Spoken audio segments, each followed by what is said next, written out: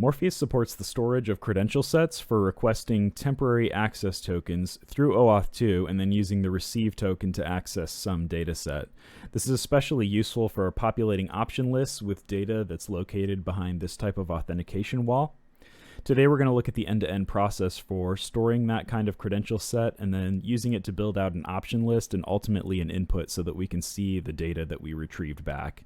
And a perfect example target for this type of credential set is actually the Morpheus API itself.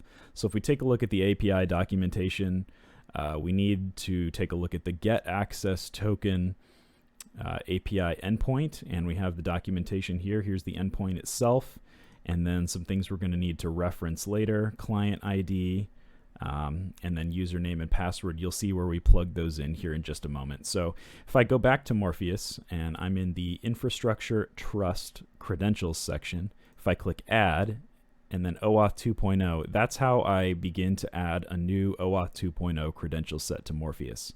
But I've already created one prior to beginning this recording, so I'm going to close my new one and just go ahead and edit the one that I've already created. So we know we're going to be giving a username and password, so our grant type is going to be password credentials. In the access token URL, that's going to be the get a token endpoint itself that we just saw in Morpheus API documentation. Client ID, again, I pulled that directly from the query parameter that's listed here, client ID use morph-API. So that's exactly what I put in there. And then I've created this user as well with a password.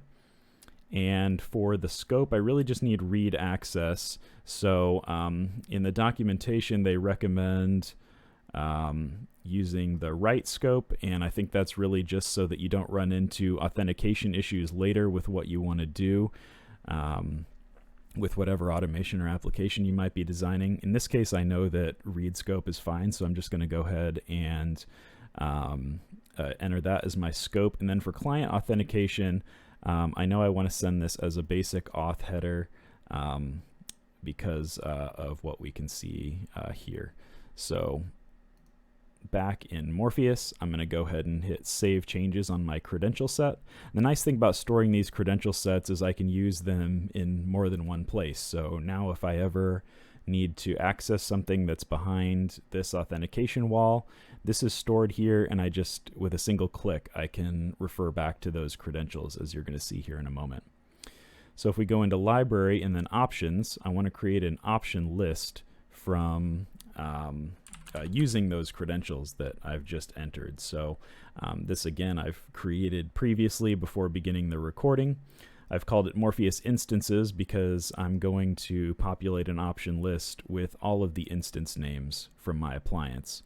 So if I click the edit button once again, my type is going to be REST because I want to populate it through a call to a REST API.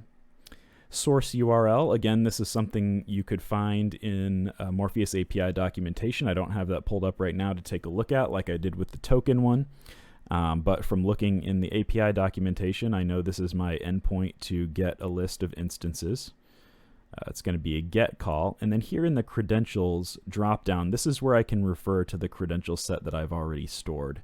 So if I didn't have one, I could actually go up here and create a new one and just enter it right here so that I don't have to bounce back and forth. If I get in here and then realize I don't have the credential set I need, I don't have to bounce out of this modal that I've potentially already half filled in. So I'm gonna, but in this case, I don't have to create a new one. I'm gonna just refer to the one that's already existing. So I do that.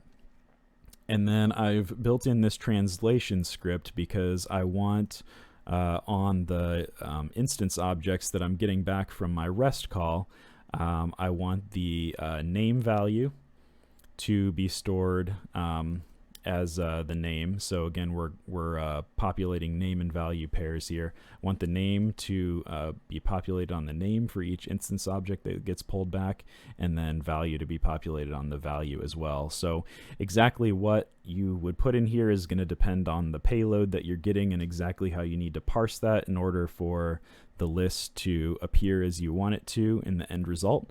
but in my case, this translation script is going to work just fine. And again, you can see, at least for the Morpheus API and for most other APIs, you can see example payloads and build that off of, build your translation off of that. So I'll go ahead and save change on my option list. I know that I'm good there.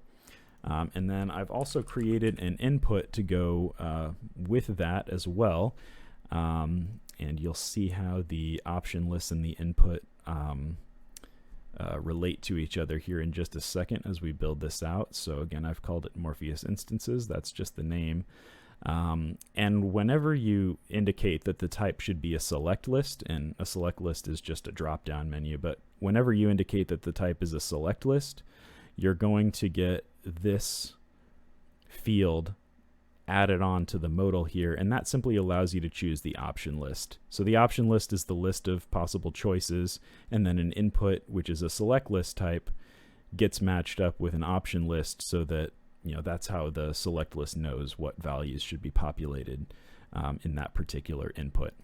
A label is simply just what's going to appear in the UI when someone sees that drop down, so they know what they're selecting. And I'll go ahead and hit Save Changes. Now there's a number of places you could use an input. You could use it on a catalog item. You could use it on an instance type. There's lots of different places that you may need to feed that user input data when you're provisioning. But in this case, just to illustrate the point, all I've simply done is create a operational workflow, which if we take a look by editing it here, you can see that one of the inputs that this workflow can take is that instances input. So we should be able to see the dropdown and then see our list of items within that dropdown when we actually go to execute the workflow. This workflow doesn't actually do anything. An operational workflow is essentially a set of automation scripts or automation tasks that can be executed in a one-off fashion, ad hoc whenever you want, or they can also be put on an execution schedule to be run on a timed basis periodically. In this case, I don't actually have any automation scripts that are associated with this, as you can see. So if we go to execute the task, it's not actually going to do anything, but the point being, let's get the input in there just so that we can see that the option list populated correctly. And I was able to get that access token and authenticate against the API that I want to access the data from. So I'll click Save Changes. I'm going to click the gear button and then Execute. And now here's my Morpheus users. I actually I realize now that I've mislabeled that. I should have put Morpheus instances. This is just a label that I've entered. But if we take a look, yes, this is the list of instances that are associated with this particular Morpheus appliance. But I'm actually going to go back to my options real quick and just fix my error there so that it is correct and isn't confusing. So I'm going to change this to instances. That was my error there. But if we go back to, again, automation and then workflows, if I go to execute it once again, now we have the labeling that makes sense. Once again, we can see that my authentication against the API target was successful. We can see this list of things here, and actually if we want to double check, we can go to provisioning instances, and this is the same list of values. It's all the names of the instances that are associated with this particular Morpheus appliance.